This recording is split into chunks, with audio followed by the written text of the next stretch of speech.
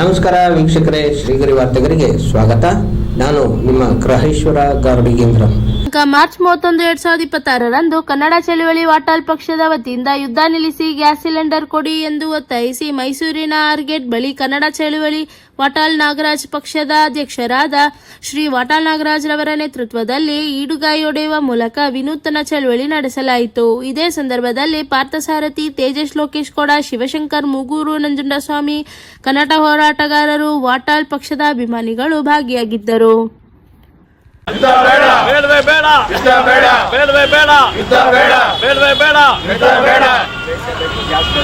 ಬೇಕೇ ಬೇಕು, ಬೇಕೇ ಬೇಕು, ಬೇಕೇ ಬೇಕು, ಬೇಕೇ ಬೇಕು. ನಿಜವಾಗಲೂ ಜನ ಕಣ್ಣೀರಿಡ್ತಾ ಇದ್ದಾರೆ, ಬಹಳ ನೋವಿನಲ್ಲಿದ್ದಾರೆ.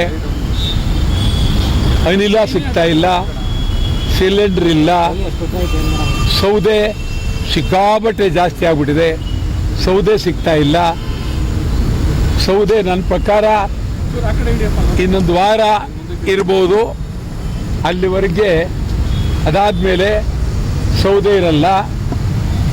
ಸೌದೆ ಬಿಟ್ಟು ಮನೇಲಿ ಬಟ್ಟೆ ಸುಡಬೇಕಾಗುತ್ತೆ, ಪೇಪರ್ ಸುಡಬೇಕಾಗುತ್ತೆ, ಇದೆಲ್ಲ ಸುಟ್ಟು ಕಾಫಿ ಕಾಯಿಸ್ಬೇಕಾಗುತ್ತೆ, ಟೀ ಕಾಯಿಸ್ಬೇಕಾಗುತ್ತೆ, ಹಾಲು ಕಾಯಿಸ್ಬೇಕಾಗತ್ತೆ.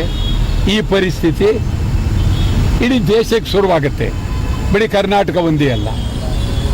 ಇದನ್ನು ಗಂಭೀರವಾಗಿ ಚಿಂತನೆ ಮಾಡಬೇಕಾದವರು ಪ್ರಧಾನಮಂತ್ರಿಯವರು ಮಾತನಾಡುವಾಗ ಹೇಳ್ತಾರೆ, ನಾವು ಹಿಂದೆ ಕೊರೋನಾ ಬಂದಿತ್ತು, ಆವಾಗ ಒಂದು ತಿಂಗಳು ಕಷ್ಟಪಟ್ಟಿದ್ವಿ. ಕಷ್ಟಪಡೋದ್ರಲ್ಲಿ ನಮ್ಮ ದೇಶದ ಜನ ಭಾಳ ಒಳ್ಳೆಯವರು. ಆದ್ದರಿಂದ ಒಂದು ತಿಂಗಳು, ಒಂದೂವರೆ ತಿಂಗಳು ಕಷ್ಟಪಡಬೇಕಾಗ್ಬೋದು, ಧೈರ್ಯವಾಗಿರಿ ಅಂತೇಳಿ ಕಷ್ಟಪಡಬೇಕಾಗ್ಬೋದು ಪ್ರಧಾನಮಂತ್ರಿ. ಎಲ್ಲೋಬೇಕೀಗ ಪ್ರಧಾನಮಂತ್ರಿಯವರು? ಸೌದೆನೂ ಕೊಡಲ್ಲ, ಗ್ಯಾಸ್ನೂ ಕೊಡಲ್ಲ, ಸಿಲಿಂಡರ್ ಕೊಡಲ್ಲ.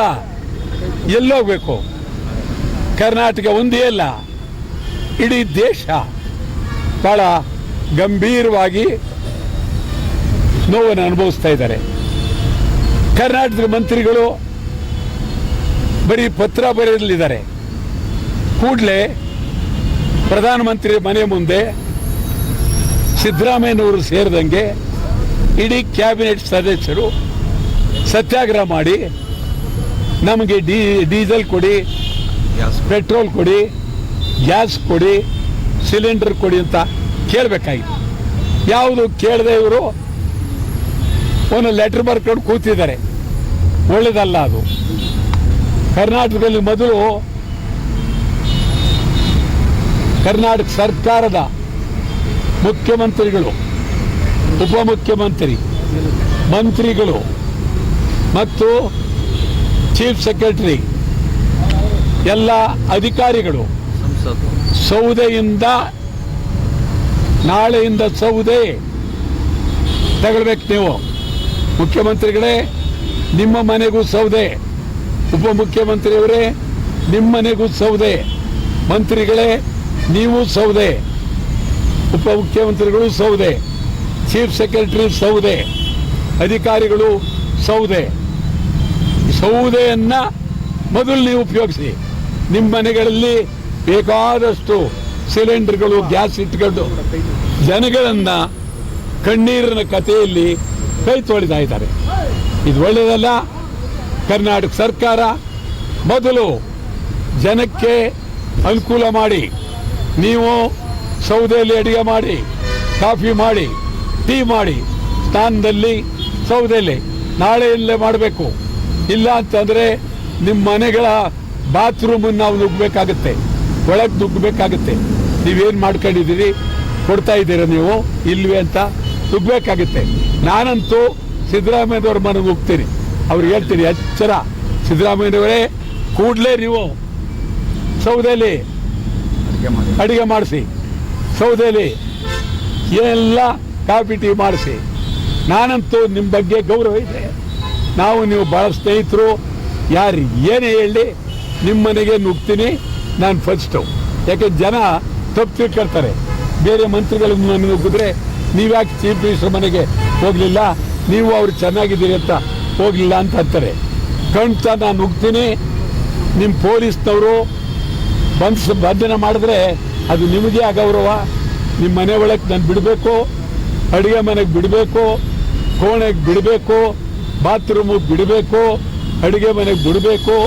ನೀವು ಸೌದೆ ತಂದಿದ್ದೀರಾ, ಸೌದೆಯಲ್ಲಿ ಉರಿ ಹಾಕ್ತೀರಾ, ಸೌದೆಯಲ್ಲಿ ನೋಡ್ತೀರಾ ಅಂತೇಳಿ ನಾನೇ ಮೊಟ್ಟ ಮೊದಲು ಕರ್ನಾಟಕದ ಮುಖ್ಯಮಂತ್ರಿಗಳ ಮನೆಗೆ ತನಿಖೆಗೆ ನಾನೇ ಹೋಗ್ತೀನಿ, ಉಪಮುಖ್ಯಮಂತ್ರಿಗಳ ಮನೆಗೆ ನಾನೇ ಹೋಗ್ತೀನಿ, ಮಂತ್ರಿಗಳ ಮನೆಗೂ ನಾನೇ ಹೋಗ್ತೀನಿ.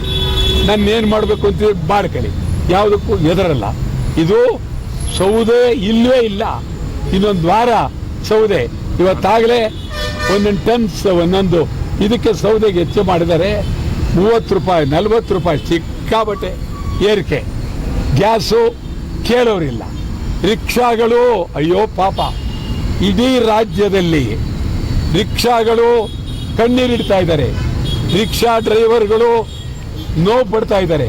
ಸಿದ್ದರಾಮಯ್ಯನವರೇ, ಕನಿಷ್ಠ ರಿಕ್ಷಾ ಡ್ರೈವರ್ಗಳಿಗೆ ಇದು ಮುಗಿಯೋವರೆಗಾದ್ರೂ ಒಬ್ಬೊಬ್ಬ ಡ್ರೈವರ್ಗೂ ಕನಿಷ್ಠ ಒಂದೊಂದು ತಿಂಗಳು ಊಟಕ್ಕಾಗಿ ಖರ್ಚಿಗಾಗಿ 15,000 ರೂಪಾಯಿ ಮಿನಿಮಮ್ ಕಡಿಮೆ ಆದ್ರೂ ರಿಕ್ಷಾ ಡ್ರೈವರ್ಗಳಿಗೆ ಕೊಡಿ.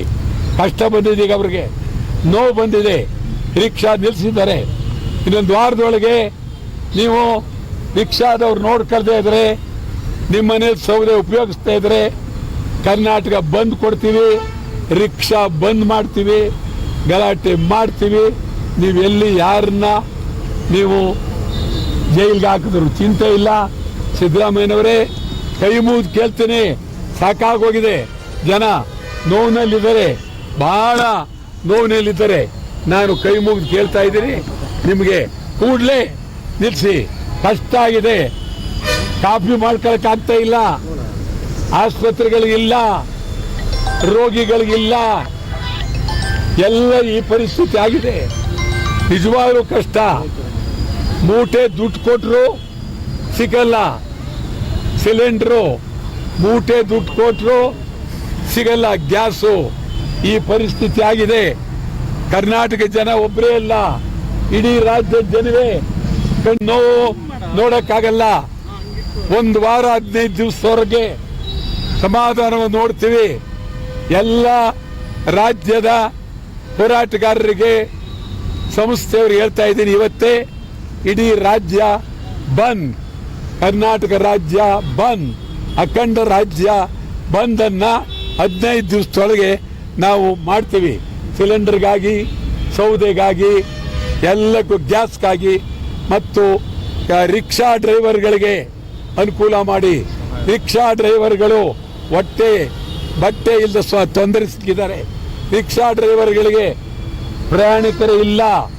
ರಿಕ್ಷಾ ಡ್ರೈವರ್ಗಳು ಲೈನ್ ಆಗಿ ರಿಕ್ಷಾ ನಿಲ್ಲಿಸಿದ್ದಾರೆ. ಎಲ್ಲ ಊರಿನಲ್ಲೂ ರಿಕ್ಷಾ ನಿಂತೋಗಿದೆ.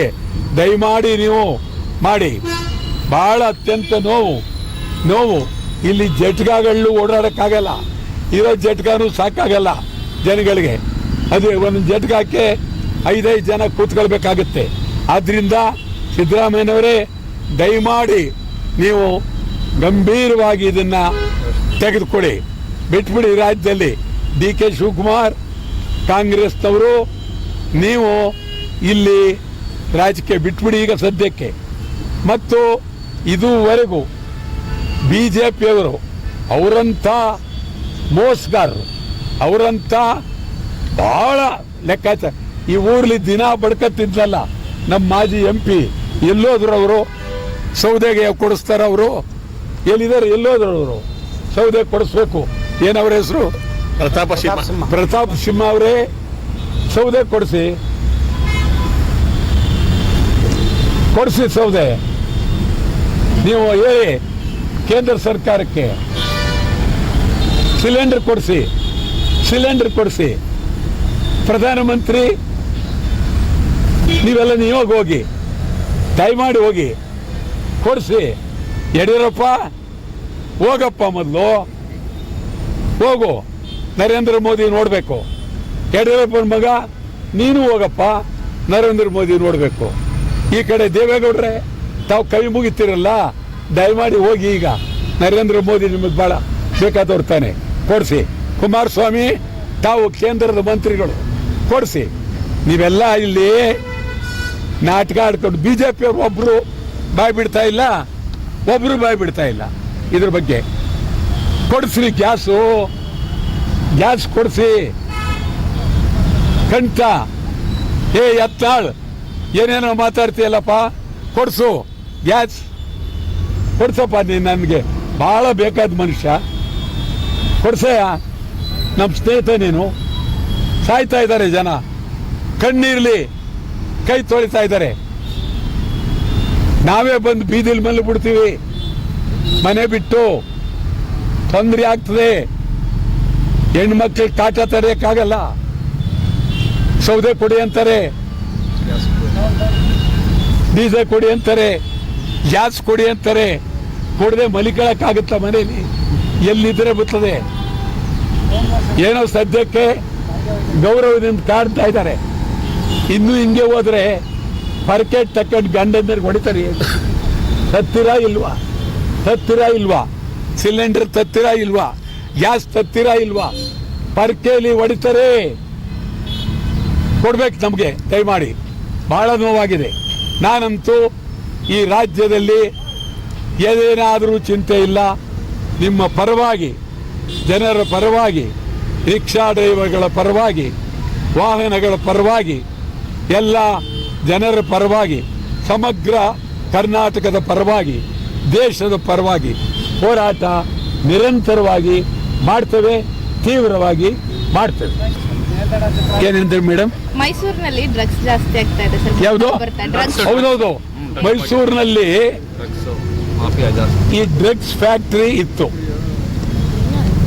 ಇಲ್ಲಿ ಪೊಲೀಸ್ನವರು, ರಾಜ್ಯದ ಹೋಮ್ ಮಿನಿಸ್ಟ್ರು, ಇದೇ ಊರಿನ ಮುಖ್ಯಮಂತ್ರಿಗಳು ಡ್ರಗ್ ಎಲ್ಲಿಂದ ತಯಾರಾಗುತ್ತೆ ಹೇಳಕ್ಕಾಗಲಿಲ್ಲ. ಇದು ಹೇಳ್ಬೇಕಾದವರು ಮಹಾರಾಷ್ಟ್ರದಿಂದ ಬರಬೇಕಾಯ್ತು. ಮಹಾರಾಷ್ಟ್ರ ಬಂದ ಮೇಲೆ ಡ್ರಗ್ಗು, ಅದು ಇಂಥ ಪವಿತ್ರವಾದ ನಗರ, ಸಾಂಸ್ಕೃತಿಕ ನಗರ, ಕಲಾ ನಗರ, ಎಂಥ ನಗರ ಇದು. ನಾನು ಬಾಲಿ, ಇಂಡೋನೇಷ್ಯಾಕ್ಕೆ ಹೋಗಿದ್ದೆ ಈಗ ಇತ್ತೀಚೆಗೆ 4 ದಿನ. ನಿಮಗೆ ಹೇಳ್ತೀನಿ, ನನಗೆ ಎಷ್ಟು ಸುಂದರವಾಗಿದೆ. ಅಂಥ ಸುಂದರವಾಗಿರತಕ್ಕಂಥದ್ದು ಮೈಸೂರು, ಮಂಗಳೂರು, ಬೆಳಗಾವಿ. ನೀವು ಸರ್ಕಾರ ಯಾವ್ಯಾವುದಕ್ಕೂ ಖರ್ಚು ಮಾಡಬೇಡಿ. ಮೈಸೂರು ನೀವೇನು ಮಾಡಬೇಡ್ರಿ. ಮೈಸೂರು ಬಂದು ಜನ ಕೊಡ್ತಾರಲ್ಲ ಟಿಕೆಟು, ಆ ದುಡ್ಡೇ ಸಾಕು ಮೈಸೂರನ್ನ ಅಂದ ಮಾಡಿ, ಮೈಸೂರನ್ನ ಸುಂದರ ಮಾಡಿ. ಯಾಕೆ ನೀವು ಈ ಮದ್ದುಗಳು ಜನಕ್ಕೆ, ಡ್ರಗ್ಸ್, ಅದೇ ಮದ್ದು ಅಂದ್ರೆ ಕನ್ನಡದಲ್ಲಿ ಡ್ರಗ್ಸ್ ನಿಲ್ಲಿಸ್ತೀರಾ ಇಲ್ವಾ? ನಾವಂತೂ ತಿನ್ನಲ್ಲ. ನಿಮ್ಮ ನಿಲ್ಸಲ್ಲ ಅಂದ್ರೆ ನಾವೇ ತಿನ್ಬೇಕಾಗುತ್ತೆ. ಯಾಕೆ ನಿಲ್ಸಲ್ಲ ನೀವು? ಅದು ಪರಿಸ್ಥಿತಿ. ಅದು ತಿನ್ನೋಕೆ ಹೋದ್ರೆ ನಮಗೆ ಪರಿಚಯ ಇಲ್ಲ. ಎಂತ ತಗೊಬಿದ್ದೋಗ್ಬಿಡು ಅದು ಬೇರೆ. ಜನ ಇದೇನಪ್ಪ ಹೋಟೆಲ್ ನಾಗರಾಜು ರಸ್ತೆಯಲ್ಲಿ ಹಿಂಗೆ ತೂರಾಡ್ತಾರೆ. ಆದ್ರಿಂದ ಸಿದ್ದರಾಮಯ್ಯನವರೇ, ಡ್ರಗ್ಸ್ ಇಷ್ಟು ನಡೀತಾ ಇದೆ.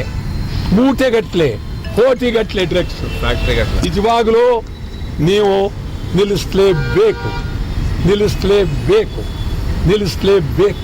ಒಂದೇ ಲೈನ್ ಹೇಳ್ಬಿಡ್ತೀನಿ, ಈ ದೇಶದಲ್ಲಿ ಪ್ರಜಾಪ್ರಭುತ್ವ ಶಕ್ತಿಯುತವಾಗಿ ಇರಬೇಕು, ವಿರೋಧ ಪಕ್ಷ ಇರಬೇಕು ಅಂತ ಅಂದರೆ ತಕ್ಷಣಕ್ಕೆ ಈ 5 ರಾಜ್ಯದಲ್ಲಿ, ಬಂಗಾಳದಲ್ಲಿ ಮಮತಾ ಬ್ಯಾನರ್ಜಿ ಗೆಲ್ಲೇಬೇಕು. ಮಮತಾ ಬ್ಯಾನರ್ಜಿ ಗೆದ್ದರೆ ಈ ದೇಶಕ್ಕೆ, ವಿರೋಧ ಪಕ್ಷಕ್ಕೆ ಶಕ್ತಿ ಬರುತ್ತೆ. ನಾನೇನು ವಿರೋಧ ಪಕ್ಷದವ್ರನ್ನ ವಿರೋಧ ಮಾಡ್ತೀನಿ ಅಂತಲ್ಲ, ನಾನು ಪಾಪ ಗೌರವ ಇದೆ. ಇಲ್ಲಿ ತಮಿಳುನಾಡಿನಲ್ಲಿ ನಮ್ಮಲ್ಲಿ ಇದ್ದಂಥ ಒಬ್ಬ ಸೀನಿಯರ್ ಅಧಿಕಾರಿ ಅಣ್ಣಾಮಲೆ ಇಲ್ಲಿಂದ ಹೋಗಿ ಅಲ್ಲಿ ಡ್ರೆಸ್ ಬದಲಾವಣೆ ಮಾಡ್ಕೊಂಡ್ರು, BJP ಡ್ರೆಸ್ ಹಾಕೊಂಡ್ರು, ಫುಲ್ BJP ಡ್ರೆಸ್ಸು. ದಿನಾ ಪ್ರಧಾನಿ ಜೊತೆಲಿ ಮಾತು, ದಿನಾ ಅಮಿತ್ ಶಾ ಜೊತೆಲಿ ಮಾತು, ಮಾತು ಮಾತು ಮಾತು. ಈ ಕಡೆ ಅಧಿಕಾರ ಕಳ್ಕೊಂಡು ಅಲ್ಲಿ ಹೋಗಿ ಒಳ್ಳೆ ಮನುಷ್ಯ, ಒಳ್ಳೆ ವ್ಯಕ್ತಿ. ಈಗ ಅವ್ರು ಎಲ್ಲಿದ್ದಾರೆ ಗೊತ್ತಿಲ್ಲ, ಯಾರ್ಯಾರು ಹಿಡ್ಕೊಂಡ್ರು ಎಲ್ಲೋದ್ರು ಗೊತ್ತಿಲ್ಲ. ಈ ಥರ ಅವಮಾನ ಮಾಡಿದ್ದಾರೆ. ನಮ್ಮ ರಾಜ್ಯದ ಅಧಿಕಾರಿ ಅವರು ತಮಿಳುನಾಡಿನವರೇ ಆಗಿರ್ಬೋದು. ಈ ರಾಜ್ಯದಲ್ಲಿ ಸೇವೆ ಸಲ್ಲಿಸಕ್ಕೆ ಅಧಿಕಾರಿಗೆ BJPಯವರು ಅನ್ಯಾಯ ಮಾಡಿದ್ದಾರೆ, ಮೋಸ ಮಾಡಿದ್ದಾರೆ. ಇಲ್ಲಿ ಈ ರೀತಿ BJPಯವರು ಖಂಡಿತ ತಮಿಳುನಾಡಲ್ಲೂ ಗೆಲ್ಲಬಾರ್ದು, BJPಯವರು ಖಂಡಿತ ಕೇರಳದಲ್ಲೂ ಗೆಲ್ಲಬಾರ್ದು. ಮತ್ತು ನನಗೇನು ಕರುಣಾನಿಧಿ ಭಾಳ ಒಳ್ಳೆ ವ್ಯಕ್ತಿ, ಮಗ ಸ್ಟಾಲಿನ್, ನಾನು ಸ್ಟಾಲಿನ್ನು ಕರುಣಾನಿಧಿ ಅಂತ ವೈಯಕ್ತಿಕವಾಗಲ್ಲ, ಪ್ರಜಾಸತ್ತಾತ್ಮಕವಾದಂಥ ವ್ಯವಸ್ಥೆ ಇರುವ ಪಕ್ಷಗಳು ಬೇಕು. ಅಧಿಕಾರ ಜಾತ್ಯತೀತ ಇರತಕ್ಕಂಥ ಪಕ್ಷ ಬೇಕು. ಧರ್ಮದ ಹೆಸರಿನಲ್ಲಿ ಪಕ್ಷ ನಡೆಸಬಾರ್ದು, ಧರ್ಮದ ಹೆಸರಿನಲ್ಲಿ ಮತ ಕೇಳಬಾರ್ದು, ಧರ್ಮದ ಹೆಸರಿನಲ್ಲಿ ಅನ್ಯಾಯ ಮಾಡಬಾರ್ದು. ಆ ದೃಷ್ಟಿಯಿಂದ ನಮಗೆ ಮದ್ರಾಸ್ ನಮ್ಮ ಸಂಬಂಧವಿಲ್ಲ. ಆದರೂ ಮದ್ರಾಸ್ನಲ್ಲಿ ಪ್ರಜಾಪ್ರಭುತ್ವ ದೃಷ್ಟಿಯಿಂದ DMK ಬರಬೇಕಾಗತ್ತೆ, ಬರ್ತದೆ ಅಂತ ಹೇಳ್ತಾ ಇದ್ದಾರೆ. ಮತ್ತೆ ಮುಂದಿನ ವಾರ್ತೆಗರಿಯಲ್ಲಿ ಭೇಟಿಯಾಗೋಣ. ಶ್ರೀಗರಿ, ನಿಮ್ಮ ಮನದಾಳದ ಗರಿ. ನಮಸ್ಕಾರ.